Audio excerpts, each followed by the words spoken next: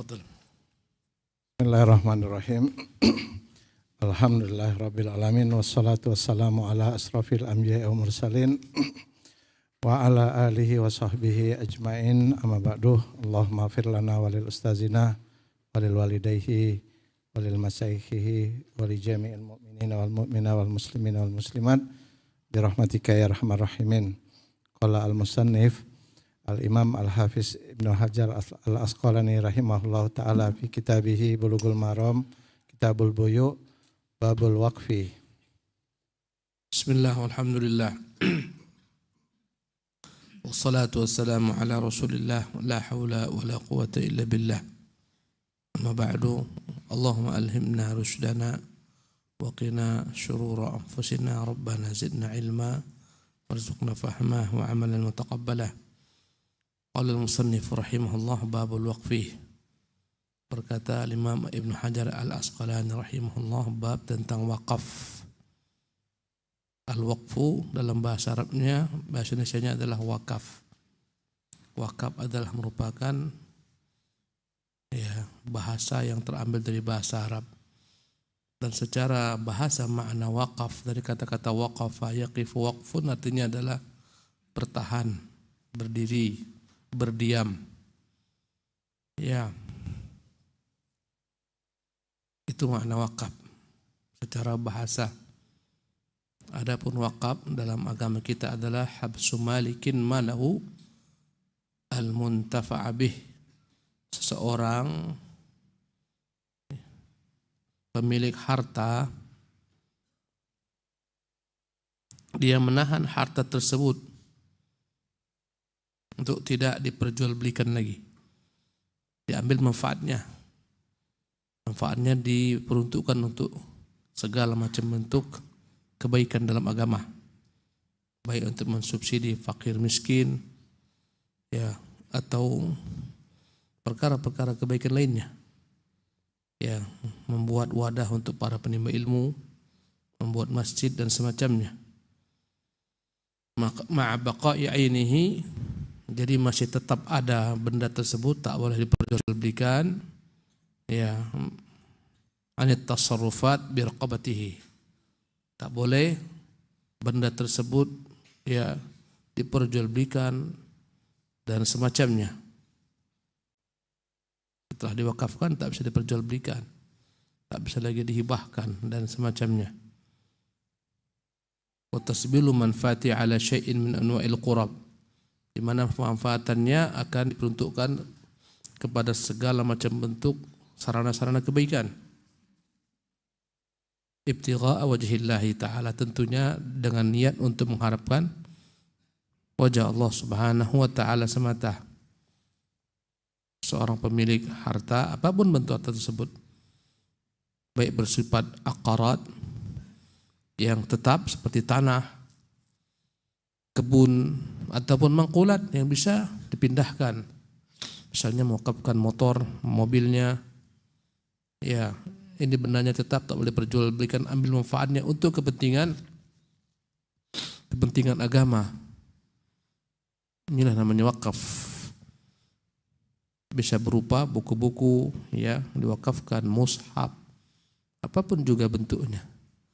Jadi bisa berupa aqrad, benda-benda yang tetap seperti tanah, kebun dan semacamnya, ruku-ruku ataupun mangkulat yang bisa dipindahkan.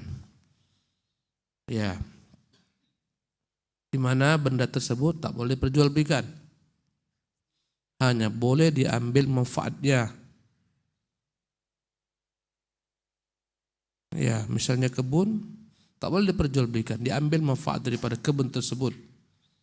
Buah-buahannya, misalnya hasil daripada kebun tersebut dimanfaatkan untuk bisa dijual hasilnya untuk kepentingan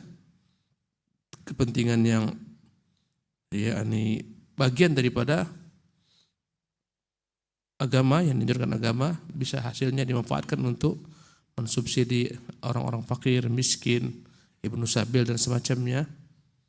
Ya, bisa memanfaatkan untuk membangun prasarana sekolah dan semacamnya, dan apapun juga yang sifatnya adalah sarana-sarana ketaatan kepada Allah Subhanahu wa taala. Ya, misalnya seorang mewakafkan kelapa sawit, diwakafkannya kelapa sawitnya 5 hektar. Ya, wakaf tersebut bisa ditujukan hasilnya ya untuk mensubsidi kegiatan-kegiatan yang sifatnya qurbatun ilallah. Seseorang dengan mendekatkan diri kepada Allah Subhanahu wa taala. Bisa juga untuk mensubsidi kerabat-kerabatnya fakir, kerabat-kerabatnya miskin. Ya, untuk ibnu sabil dan semacamnya. Inilah kira-kira bentuk wakaf tersebut. Dan hukumnya adalah dianjurkan al-istihbab.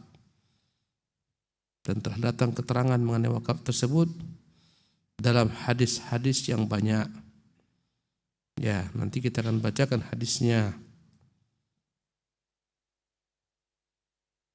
Karena itulah sebagian ulama telah menukil tentang ijma' para sahabat disyariatkannya wakaf dan dianjurkan. Berkata Imam Tirmidzi rahimahullah, kami tidak mengetahui ada seorang pun sahabat yang terdahulu ataupun para ulama yang menyelisihi tentang ya kebolehan untuk mewakafkan tanah. Ya, sepakat mereka.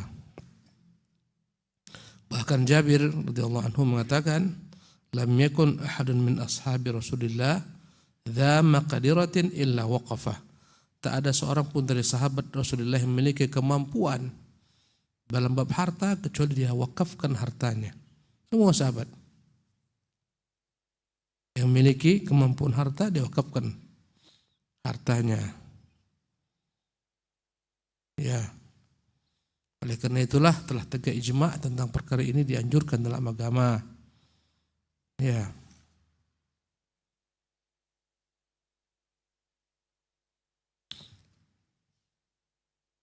Dan wakaf adalah merupakan sedekah yang paling utama.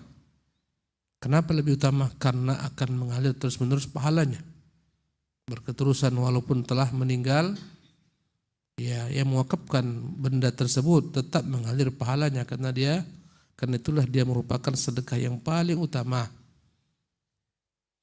Tentulah wakaf yang memang tujuannya syar'i, tujuannya adalah ya dalam mengharapkan wajah Allah Subhanahu wa taala, yang digunakan untuk segala macam bentuk kepentingan kebajikan sosial, berbuat ihsan, ya apapun namanya, baik membangun masjid, ya membantu para pelajar menimba ilmu, membantu para ulama dalam menyebarkan ilmu mereka, ya membantu segala macam sarana dakwah dan segala macam proyek-proyek kebaikan sosial, ya atau diperuntukkan untuk kerabat-kerabat dekatnya yang fakir, yang miskin, untuk membantu orang-orang yang baik, yang saleh agar mereka mudah untuk berbuat ketaatan kepada Allah Subhanahu wa taala. Banyak bentuk-bentuk wakaf tersebut. Ya, tujuannya adalah untuk mengharap wajah Allah Subhanahu wa taala. Manakala menyimpang daripada tujuan, maka dia tak dianggap wakaf yang mendapat ganjaran pahala. Ya.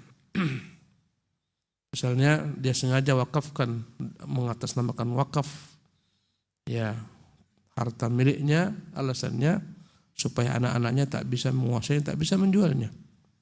Ya, tujuannya adalah menghindari nanti anak-anaknya untuk ya memilikinya ataupun menjualnya. Maka dia wakafkan tanahnya. Tujuannya itu bukan Allah SWT. Ya, untuk menzalimi anak-anaknya agar mereka tak mendapatkan warisan. Ya, maka dia wakafkan sebelum dia meninggal ketika sehat. Akhirnya anak-anaknya tak dapat apapun lagi daripada harta warisannya. Ini tujuannya adalah kezaliman.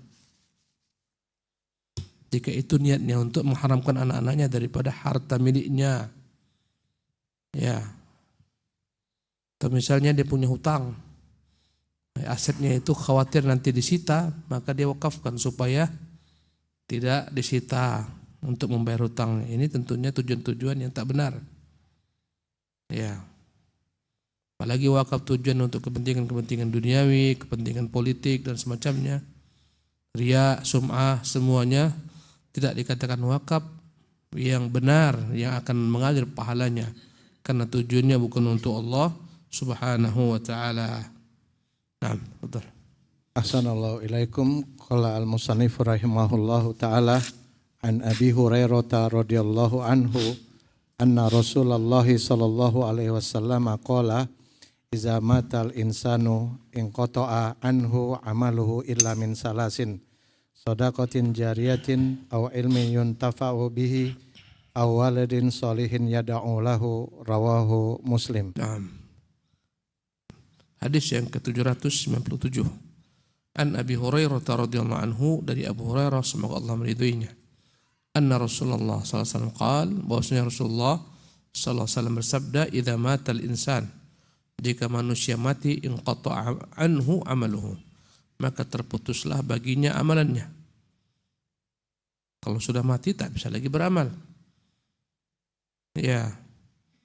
Maka kalau begitu orang-orang yang mati tak layak untuk diminta. Tak layak untuk diharap karena mereka tak bisa beramal. Jangankan membantu orang-orang yang mintanya, untuk diri mereka sendiri pun mereka tak bisa lagi berbuat apapun karena mereka telah mati. Maka sungguh salah kaprah orang-orang yang minta kepada orang-orang yang mati. Meminta hajat ya kepada mereka agar dimudahkan rezeki, disembuhkan penyakit dan semacamnya. Ini permintaan yang salah alamat, yang sia-sia. Yang diminta lemah, tak mampu mengabulkan apa yang mereka minta. Bahkan mereka pun lalai daripada permintaan tersebut. Orang dalam alam barzakh yang telah mati, hanya dua kemungkinannya. Dia dalam taman daripada taman-taman surga, ya, dalam kenikmatan daripada taman-taman surga, atau dalam liang-liang daripada api neraka. Karena itulah merugilah orang-orang yang minta kepada mereka. Kata Allah, wahum an du'aihim ghafilun. Mereka tak sadar ketika mereka diminta. Mereka dalam kenikmatan sendiri, dalam alam lain, ya. Kemudian kata Rasulullah SAW, illa min thalathin, terputuslah baginya amalannya kecuali 3 amalan yang masih tetap berkelanjutan, tak putus, berkesinambungan. Sadaqatin jariyah, sedekah jariyah, inilah namanya tadi, masuk di antaranya wakaf. Sedekah, sadaqatin jariyah, sedekah yang terus menerus mengalir pahalanya. Ini yang pertama, inilah yang berkaitan dengan bab kita. Au ilmin yuntafa'u bih. Yang kedua, ilmu yang dimanfaatkan manusia. Yang ketiga, au waladin salihin yad'u lahu, atau anak saleh yang senantiasa mendoakannya. Hadis rawahu Muslim. Ya, maka wakaf adalah bagian daripada sedekah yang terus mengalir pahalanya. Dalam surat Yasin Allah Jalla wa Ala menyebutkan, ya, amalan manusia, kata Allah, inna nahnu nuhyil mauta. Sesungguhnya kamilah yang menghidupkan orang-orang yang mati. Wa naktubu ma qaddamu, dan kami akan menuliskan apa-apa yang telah mereka amalkan. Tak ada yang terluput, semua yang kita buat, kebaikan atau keburukan, tertulis. Ma qaddamu wa atharahum, kami pun akan menuliskan bekas-bekas daripada apa yang mereka amalkan. Jadi ada amalan yang kita lakukan ketika hidup seperti salat, puasa, zakat dan semacamnya. Manakala kita meninggal, terputuslah amal tersebut, berbakti kepada orang tua dan semacamnya. Ada yang atharuhum, ada yang merupakan bekas daripada amalan yang kita lakukan ketika hidup, tetap mengalir pahalanya. Inilah dia yang dibacakan Nabi SAW, 3 hal ini. Anak saleh, ilmu yang bermanfaat, sedekah jariyah. Ya, karena itulah dunia ini Allah jadikan untuk kita, jadikan sebagai sarana bercocok tanam, menyemai kebaikan, ya, melakukan segala sesuatu aktivitas yang menguntungkan akhirat kita nanti bila mana kita telah meninggal.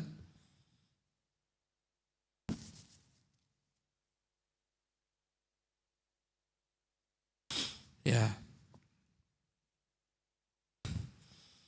Maka akan beruntunglah orang-orang yang pandai memanfaatkan kesempatan di dunia ini untuk beramal saleh, ya, dan bekal setelah matinya dengan amalan-amalan yang terus mengalir pahalanya setelah dia meninggal. Ya. Kemudian disebutkan oleh para ulama, wakaf pertama kali dalam Islam adalah wakaf Umar bin Khattab. Umar bin Khattab yang pertama kali ya memulai wakaf dalam Islam. Ya. Nanti akan kita bacakan kisahnya. Ya, Umar dapat tanah di Khaybar dan dia berkata, ya Rasulullah, ini tanah saya akan sedekahkan, tapi tidak boleh perjualbelikan, hasilnya saja yang disedekahkan untuk kerabat dekat dan semacamnya. Itulah dia asal muasal syariat wakaf. Ya.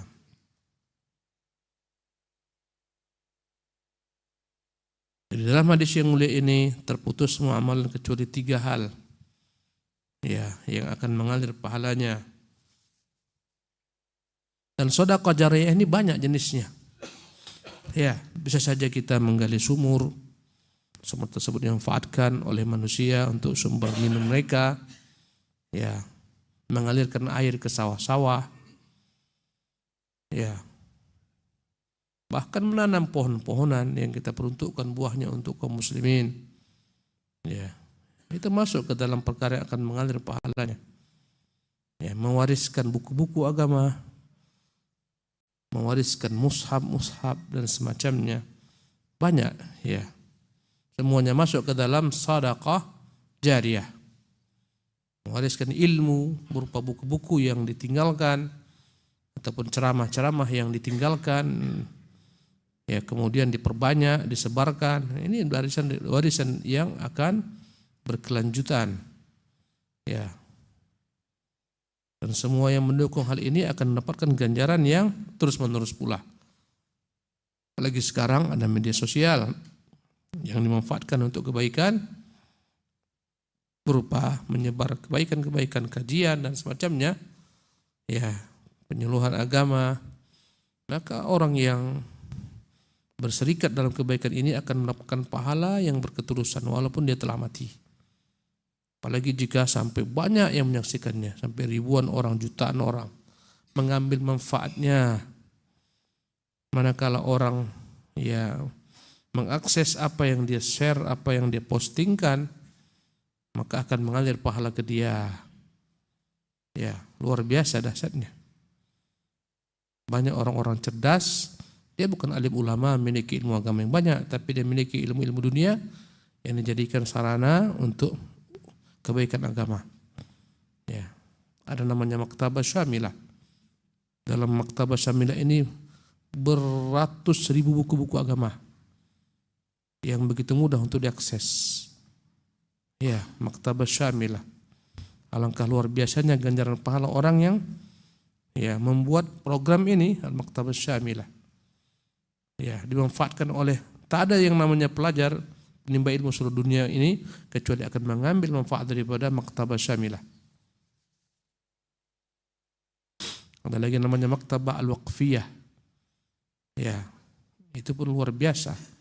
Mereka lah orang-orang cerdas. Dengan ilmu pengetahuan teknologi mereka menyebarkan kebaikan. Dan banyak orang-orang semacam ini ahli dalam mendesain ya foto-foto atau video-video, kajian-kajian dikemas, dihadirkan dalam bentuk yang apik, membuat orang tertarik melihatnya, luar biasa. Ini semuanya masuk ke dalam ilmu yuntafa'u bihi. Ya. Sedekah jariyah. Ya.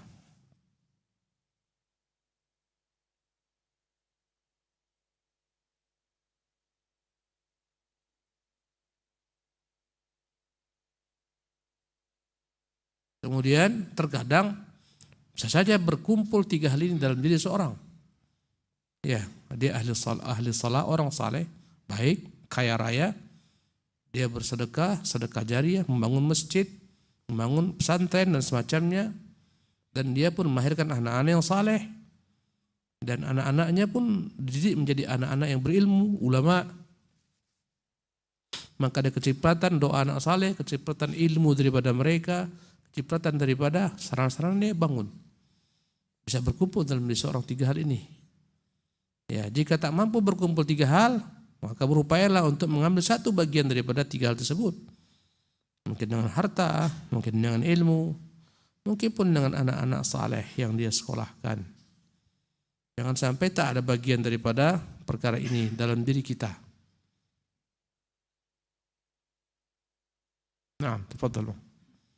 Assalamualaikum ilaikum qala al-musannifu rahimahullahu ta'ala wa ani badi Umar radhiyallahu anhuma qala asaba Umaru radhiyallahu anhu ardon bi Khaybara fa atan nabiyya sallallahu alaihi wasallama yasta'miruhu fiha faqala ya Rasulullah inni asabtu ardon bi Khaybara lam usib malan qattu wa anfasu indi minhu faqala in syi'ta habasta aslaha wastasaddaqta biha qala fatasaddaqa biha Umaru radhiyallahu anhu annahu la yuba'u asluha wa la yurasu wa la yuhabu fatasaddaqa biha fil fuqara'i wa fil qurba wa fil riqab wa fi sabilillah wa banis sabil wa daifi la junaha ala man waliyaha an yakula minha bil ma'rufi wa yut'ima sadiqan ghaira mutamawilin malan muttafaqun alaih wal lafzu li Muslim wa fi riwayati lil Bukhari tasaddaqa bi asliha la yuba'u wa la yuhabu walakin yunfaku samaruhu. Nah, inilah dia kisah tentang Umar yang tadi kita sebutkan. Inilah asal muasal wakaf. Wa an ibni Umar radhiyallahu anhuma, dari Ibnu Umar semoga Allah meridhai keduanya, Abdullah dan ayahnya Umar bin Khattab. Qala, dia berkata, asaba Umaru radhiyallahu anhu ardan bi Khaybar. Umar mendapatkan bagian tanah di Khaybar. Khaybar adalah tempat yang mana dahulu di sana bercokol kaum Yahudi, dan dia adalah merupakan tanah pertanian. Di sana banyak sekali kurma-kurma sebagaimana di kota Madinah.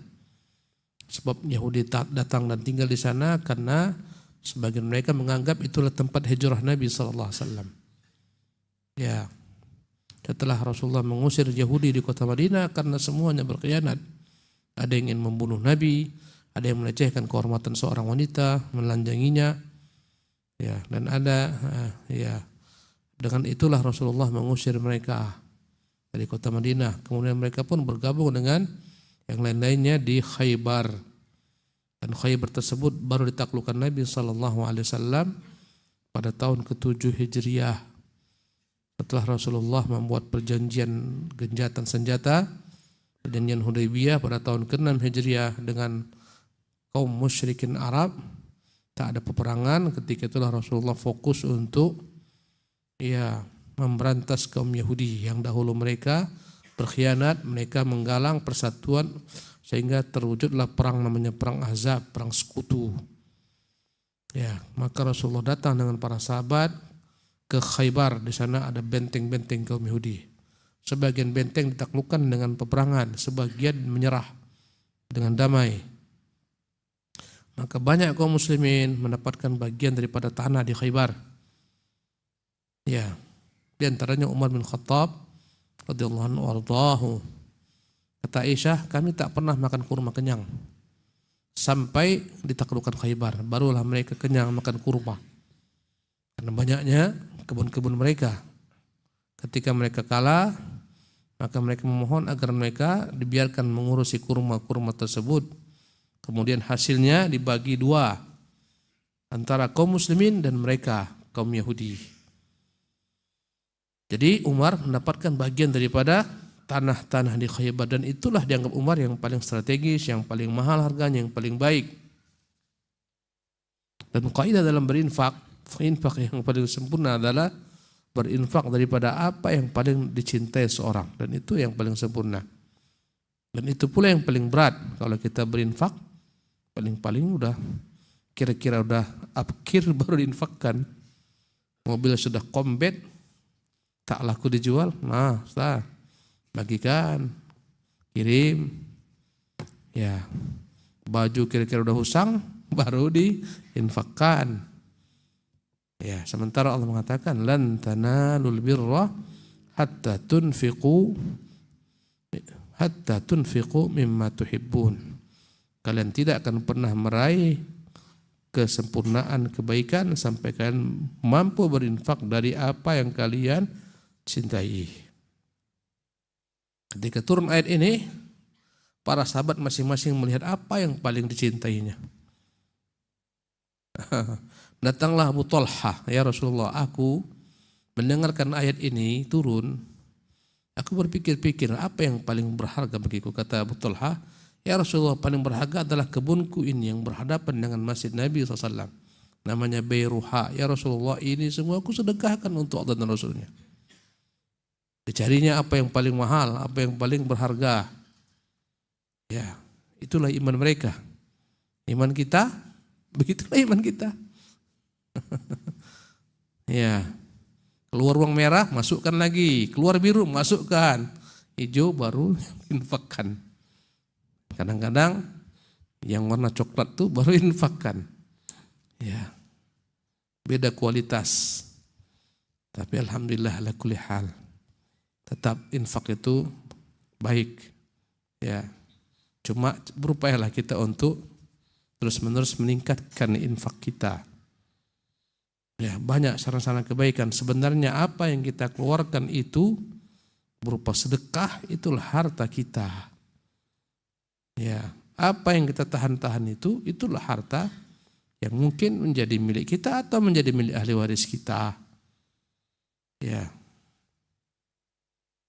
Jadi Umar pun demikian. Dia lihat-lihat apa yang paling berharga. Oh, ternyata tanahnya di Khaybar. Datanglah Umar menemui Rasulullah SAW. Fa'atan Nabiya SAW yasta'miruhu fiha. Maka Umar datang kepada Nabi SAW memohon Nabi saran-saran, ini mau diapakan. Bahkan dia minta ke Rasulullah, perintahkan, ini tanah terserah, mau diapakan Rasulullah, saya siap. Ya, menunggu saran dari Nabi yang mulia sallallahu alaihi wasallam. Faqal, maka berkatalah Umar, ya Rasulullah, wahai Rasulullah, inni asabtu ardan bi Khaybara. Saya mendapatkan bagian tanah di Khaybar. Lam usib malan qattu. Saya tak pernah mendapatkan harta sebelumnya anfasu indi minhu, yang menurut saya lebih berharga daripada tanah ini. Mungkin tanahnya luas, tempatnya strategi, harganya mahal kalau dijual. Mungkin kebunnya juga luas, sudah menghasilkan buah-buahan, dan ya, itu yang paling mahal baginya. Ya, maka dia datang ke Nabi, Rasul, ini saya apakan Rasulullah, perintahkan saya. Cak kita nanti pulang setelah Isya ini, pulang ke rumah, pikirkan apa yang paling mahal miliki. Ya, oh kayaknya ini paling mahal nih, infakkan. Berani enggak? Kalau belum berani, tinggal memperbaiki iman. Segitulah iman kita. Allah.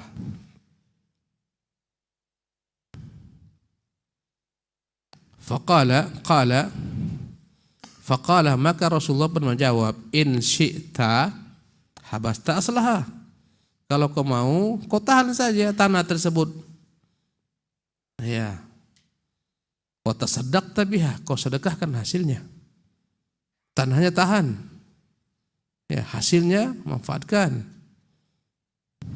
Tasaddaqta biha. Ya, kau sedekahkan daripada hasil tanah tersebut. Di sana ditanam pohon kurma-kurma yang banyak. Hasilnya sedekahkan. Qala, berkata Abdullah, fatasaddaqa biha Umaru radhiyallahu anhu. Maka Umar pun bersedekah dari hasil daripada tanah tersebut. Fil fuqara, annahu, kata beliau, fatasaddaqa biha Umar radhiyallahu anhu annahu la yuba' wasluha. Maka Umar pun bersedekah dari hasil tanah itu dengan ketentuan tak boleh dijual. Tak boleh diperjualbelikan tanah tersebut. Wal yurathu, tidak bisa diwariskan kepada kerabat-kerabat, keturunannya tidak bisa diwariskan. Kalau nanti dia mati, anak-anaknya wajib ya meneruskan keinginan ayahnya Umar. Tanah tak boleh mereka miliki. Ya, la yurathu wa la yuhab, tak boleh dihibahkan. Fatasaddaqa biha fil fuqara, maka Umar bersedekah daripada hasil tanah tersebut kepada kaum fakir, wa fil qurba, kepada kerabat-kerabatnya, karena hasilnya banyak. Wa fil riqab, dan dia bersedekah untuk budak-budak yang ingin memerdekakan dirinya daripada perbudakan. Wa fi sabilillah, dia bersedekah darinya untuk segala macam kepentingan jihad di jalan Allah Subhanahu wa taala. Membeli peralatan perang, membeli kuda-kuda perang dan semacamnya. Wa ibnus sabil, dia juga bersedekah untuk ibnu sabil, orang-orang yang safar, musafir yang terputus bekal di jalan, namanya ibnu sabil. Wadhaif, dia bersedekah juga untuk tamu-tamu yang datang. La junaha ala man waliha an ya'kula minha bil ma'ruf, tidak mengapa orang yang mengurusi wakaf tersebut, namanya nazir, nazirul wakaf. Nazir wakaf boleh memakan daripada hasil kebun tersebut bil ma'ruf, dengan wajar. Ya. Wa yut'imu shadiqan, bahkan boleh saja nazir wakaf tersebut memberikan daripada hasil kurma tersebut atau kebun tersebut kepada sahabatnya. Boleh dia makan untuknya, boleh diberikan ke yang lain, tapi dengan catatan ghaira mutamawilin malan. Tujuannya bukan untuk dijadikan sebagai harta pencarian keuntungan, tak boleh untuk keuntungan. Diambilnya banyak-banyak, dijualnya, masuk ke kantongnya, tak boleh. Sekedar untuk makan, menikmati, sekedar memberikan tamu, sekedar memberikan ya sahabatnya, tak mengapa. Dan dalam riwayat Bukhari, tasaddaq bi asliha, kata Nabi SAW, kau sedekahkanlah, tasaddaq bi asliha, tanah tersebut ya la yuba', tak boleh diperjualbelikan, wala yuhab, tak boleh diberikan, walakin yunfaqu thamaruhu, tetapi sedekahkan daripada thamaruhu, daripada buah-buahnya. Kalau kita ke Masjidil Haram, ada tower Zam-Zam, ada besar sekali jamnya. Itu tower Zam-Zam itu wakaf. Wakaf dari kerajaan Saudi Arabia. Wakaf daripada Raja Abdul Aziz rahimahullah. Maka semua hasil daripada apapun yang di sana yang disewakan, itu semuanya untuk kepentingan ya, kepentingan Islam, kepentingan dakwah. Subhanallah, luar biasa. Ya. Maka bercita-citalah wahai ikhwati wa akhwati fillah, semoga Allah berikan kepada kita kekayaan yang kita gunakan untuk berwakaf ya Allah Subhanahu wa taala. Ya, bercita-citalah kalau aku kaya, aku beli tanah strategis di pinggir jalan, aku bangun masjid besar sebagaimana Sabilun Najah ini. Luar biasa. Akan ku makmurkan dengan kajian-kajian, ku datangkan para asatidzah, ku buat di sana macam, berniatlah, ku buat di sana halaqah-halaqah Quran, ku subsidi semua guru-gurunya, ku gratiskan semua anak-anak sekolah dalamnya. Niat aja dulu. Semua kebaikan berasal dari niat. Ya. Dan berdoa kepada Allah semoga Allah wujudkan. Semoga Allah hilangkan daripada diri kita kebakilan. Banyak orang-orang kaya yang membuat kita kadang-kadang Masya Allah bingung karena ketololannya. Ya, apa namanya itu ya? Rich, apa namanya itu? Crazy rich ya. Nyebutnya pun siapa ya? Ya, dia pesan jam aja sampai 3 miliar. Tunggu setahun tak datang, 2 tahun tak datang, digugatnya. Pesan jam keluar negeri sana. 3 juta aja jam udah bagus sekali. 5 juta dah. Sayang uang kita keluar 5 juta untuk beli jam. Ini 3 miliar. Untuk jam saja. Bayangkan 3 miliar beli tanah. Wakafkan, bangun masjid. Baru orang cerdas. Yang orang kaya itu kadang-kadang tasnya sebesar gini, tas ibu-ibu itu segini ya. Harganya 200 juta. Kantong kresek aja udah bagus. Itu orang-orang yang tidak Allah beri taufik. Ya. Yang tidak Allah beri taufik. Ada kisah yang menarik. Saya baca ada 3 kali saya baca kisah ini. Ada seseorang tua dari Yaman sana. Dia berjalan. Rindu mau pergi umroh. Kalau andai kata jalur resmi, pasti dia tak akan keluarkan uang banyak. Dia hanya punya modal 200 rial. Dari Yaman jalan ke Saudi. Ya, ada seseorang yang ditugaskan oleh majikannya untuk membagi-bagikan zakat. 1 amplop isinya ya 50.000 rial atau 30.000 rial. Saya ingat antara itulah. Ya, banyak isinya. Kemudian perwakilan ini mendapati ada orang tua jalan kesian. Dia berhenti. Bapak dari mana? Ya, mau kemana? Saya mau umroh. Bapak dari mana? Dari Yaman. Sampai kemari? Iya. Berarti bapak ini tidak legal? Iya, kalau legal tak mungkin. Saya punya uang hanya 200 rial. 100 rial sudah saya keluarkan untuk masuk. Ya, membayar visa masuk. Membayar apa namanya? Iyalah segala macam pengurusan. Ya, tak dapat 100 rial harga pisah. Tinggal 100, inilah yang saya manfaatkan. Semoga sampai ke tanah suci sana. Ya, jadi bapak naik apa? Jalan kaki. Gitu. Kan banyak checkpoint tuh pemeriksaan. Iya. Bagaimana bapak? Entahlah, tiap kali checkpoint aku lewat nggak dipedulikan mereka. Ya, bapak ada sampai sini sudah jauh nih. Iya. Tadi polisi lihat saya dan dia tanya mau kemana? Saya bilang mau ke Mekah. Mereka antar sampai kemari. Subhanallah. Ya, ketika itu puasa. Jadi bapak puasa, alhamdulillah saya puasa. Dinaikkan ke dalam mobil. Kemudian bapak saya ada amanah ini tanya. Ini amplop silakan bapak ambil. Ini tuan saya suruh bagi-bagikan. Mungkin bapak berhak. Dia bilang Masya Allah terima kasih. Bukalah pak. Dibukanya. Berapa ini? Buka aja. Banyak. Subhanallah. Ini semua untuk saya? Iya tanya. Benar iya pingsan dia. Subhanallah. Ketika siuman, dikasih mereka minum, dikasih percikan air. Ini semua untuk saya? Iya. Nangis dia. Kenapa bapak menangis? Subhanallah. Aku teringat, di samping rumahku tuh ada tanah kuakupkan untuk masjid. Kami sudah buat, tapi sekarang tinggal lantai tak ada katanya. Subhanallah. Ini uang kan ku buat untuk lantai masjid. Subhanallah. Akhirnya mereka terenyuh. Mereka keluarkan amplop kedua, Pak ini semoga membantu. 2 amplop dia terima. Iya, jalan kaki tapi mewakafkan tanahnya untuk masjid. Subhanallah. Pelajaran untuk yang punya banyak tanah, punya banyak ruko, punya banyak rumah, wakafkanlah. Subhanallah. Iya.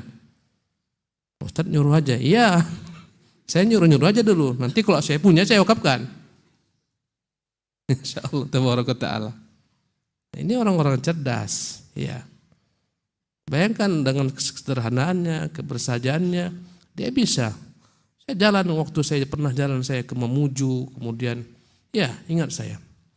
Ketika itu saya singgah karena ingin buang air kecil. Ada musola, padahal ketika itu gempa di Mamuju. Musola itu tetap utuh. Ya ada warung kecil. Saya numpang di sana, ya. Dan saya tanya, Bu ini musola saya membangun. Kata dia, saya yang bangun. Subhanallah. Ibu-ibu. Warungnya pun kecil, sederhana saja. Ya, ini saya yang bangun. Ketika gempa, ini aman, tak kena gempa. Warung saya pun aman. Ibu dari mana? Saya dari Jawa. Katanya. Saya bilang, saya dari Batam. Saya pun dulu pernah tinggal di Batam, Pak. Katanya. Subhanallah. Kalah kita. Subhanallah. Orang Batam juga dia. Mana masjid yang kita dirikan, yang kita bangun, walaupun musalla. Ini orang-orang luar biasa, orang-orang cerdas. Semoga Allah SWT menjadikan kita semua orang-orang yang cerdas untuk akhirat kita. Ya, mungkin sampai di sini ikhwati fillah. Nah, saya lihat soal-soal, Masya Allah nanti kita lanjutkan. Wala quwwata illa billah.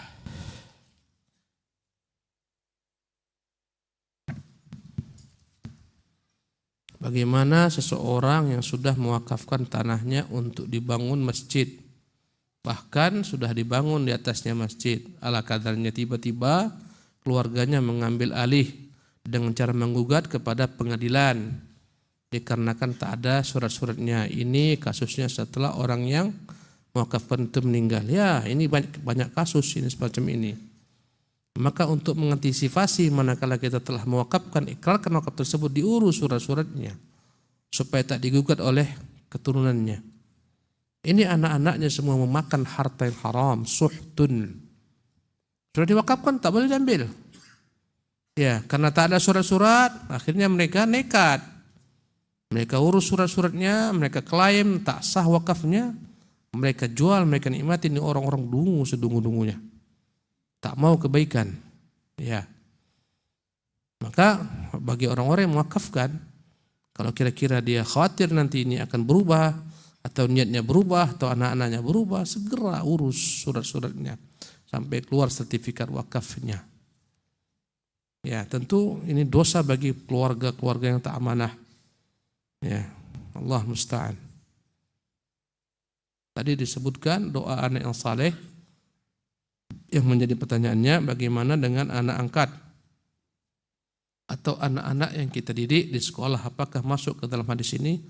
Ya, ulama mengatakan ada anak-anak itu dibagi dua. Pertama ada namanya anak-anak hissi, anak-anak yang memang dari tulang sulbi kita. Ya. Yang kedua anak-anak ma'nawi atau ruhi, anak-anak dari hasil daripada didikan kita. Maka seluruh murid-murid itu adalah merupakan anak-anak bagi sang guru, anak-anak rohi, bukan hissi, bukan dari tulang sulbinya kita, tapi kita mengambil ilmu daripada mereka, berguru kepada mereka. Maka orang tua ini akan dapat daripada kebaikan semua anak-anaknya, baik anak-anak hissi maupun ruhani atau ma'nawi. Dapat punya anak angkat yang disekolahkan, dididik, dia akan dapat. Bukan hanya anak-anak tulang sulbi saja, ya, anak angkatnya atau anak sambung namanya, apapun juga, ya, bukan tulang sulbinya, tapi dia menjadi penyebab ini orang jadi orang besar, jadi alim ulama, dia akan dapat ganjaran pahalanya, insyaallah. Ya, ada biro perjalanan umroh dengan sistem pembayaran cicil. Akan tetapi uang jemaah umroh tersebut diasuransikan kepada pihak ketiga. Ya, diasuransikan kepada pihak ketiga. Jika jemaah tersebut meninggal, maka hutang tersebut lunas. Ya, hutang apa? Jika jemaah tersebut meninggal, maka hutang-hutang tersebut. Oh, berarti ini kayaknya talangan ya. Ya, talangan. Mau umroh tak punya uang, akhirnya ada ya lembaga tertentu yang memberikan dana talangan. Ya. Kemudian disuruh mereka harus ikut asuransi. Ya. Dipinjamkan satu, yang kedua harus ikut asuransi. Ya. Dan dalam Islam asuransi yang tujuan adalah untuk meraih keuntungan, asuransi yang batil, yang haram, tak boleh. Baik namanya asuransi macam-macam, ya, asuransi jiwa, asuransi kendaraan, ya dia bayar terus, ya. Tujuannya andai kata nanti mobilnya tabrakan, maka dia akan mendapatkan sekian, apabila mati sekian. Tak boleh asuransi semacam ini, ya, diasuransikan. Kemudian jika jemaah tersebut meninggal, maka hutang tersebut akan lunas. Apakah hal tersebut diperbolehkan? Mohon penjelasannya Ustaz. Uang asuransi dibebankan kepada jemaah, ya. Pada prinsipnya asuransi tak boleh kecuali terpaksa. Kita membeli tiket pesawat, kita tak berasuransi, tapi sudah dimasukkan pemerintah di sana. Ya, kita naik kapal, ya, pelni, itu diasuransikan di sana. Ya, oleh karena itulah, andai kata sifatnya memilih, tak boleh. Asuransi tak boleh pilihan. Jika memang sifatnya untuk mencari keuntungan. Ya, asuransi itu ada dua. Ada yang tujuannya mencari keuntungan, ada yang memang tujuannya adalah untuk sosial. Untuk membantu yang lemah. Ya. Misalnya satu kampung buat patungan tiap bulan 10.000, 10.000, nanti uang tersebut jadi kas kampung itu. Jika ada yang meninggal diberikan bantuan. Ya, mungkin tenda, dibuatkan tenda, dibelikan kapan, dibayarkan kuburan dan semacamnya. Diberi santunan yang meninggal, ini tujuannya bukan keuntungan, bukan profit, ini asuransi yang boleh. Ya, adapun yang tujuannya keuntungan tak boleh. Maka talangan-talangan semacam ini syaratnya dibolehkan jika tak ada padanya unsur riba sama sekali, tak ada tambahan. Ya, satu, yang kedua tak ada memaksakan masyarakat, mewajibkan orang-orang yang mendapatkan talangan itu untuk mengikuti asuransi, tak boleh. Kalau andai kata dua hal itu tersebut tak ada kewajiban asuransi, ya tidak diwajibkan. Ya, bahkan hanya sekedar menalangi saja. Ya, tak ada tambahan-tambahan maka dibolehkan. Tapi jika ada tambahan apapun namanya, walaupun namanya administrasi dan semacamnya, maka dia riba. Ya, dan ini yang menjadi musibah dan menjadi masalah. Segala macam yang bertentangan syariat menjadi masalah besar. Di antaranya adalah masalah kuota haji. Yang baru kita bisa mendapatkan haji jika sudah 10 tahun, 12 tahun, ada yang 30 tahun. Ini semuanya gara-gara apa? Efek apa? Dana talangan, riba. Ini merusak masyarakat. Banyak orang-orang haji itu belum lagi dia mencium harumnya, yakni suasana di Mekkah Mukarramah, dia sudah dapat laknat Allah SWT, riba. Sementara haji itu bagi yang mampu. Semua orang memaksakan diri supaya bisa pergi haji. Bank ketawa-ketawa, semuanya akhirnya diluluskan, bertumpuk-tumpuklah, Masya Allah. Orang yang pergi haji, ya akhirnya orang payah pergi haji. Andai kata dihapuskan riba, aman dunia. Tak ada macet Jakarta tuh, tak ada Batam nih pagi pun nggak macet nih. Kalau andai kata dihapuskan riba, tak ada kredit motor, tak ada kredit mobil. Aman semuanya. Jakarta itu semua solusinya supaya nggak macet lagi, hapuskan riba. Selesai. Ya, Allah musta'an, la haula wala quwwata illa billah.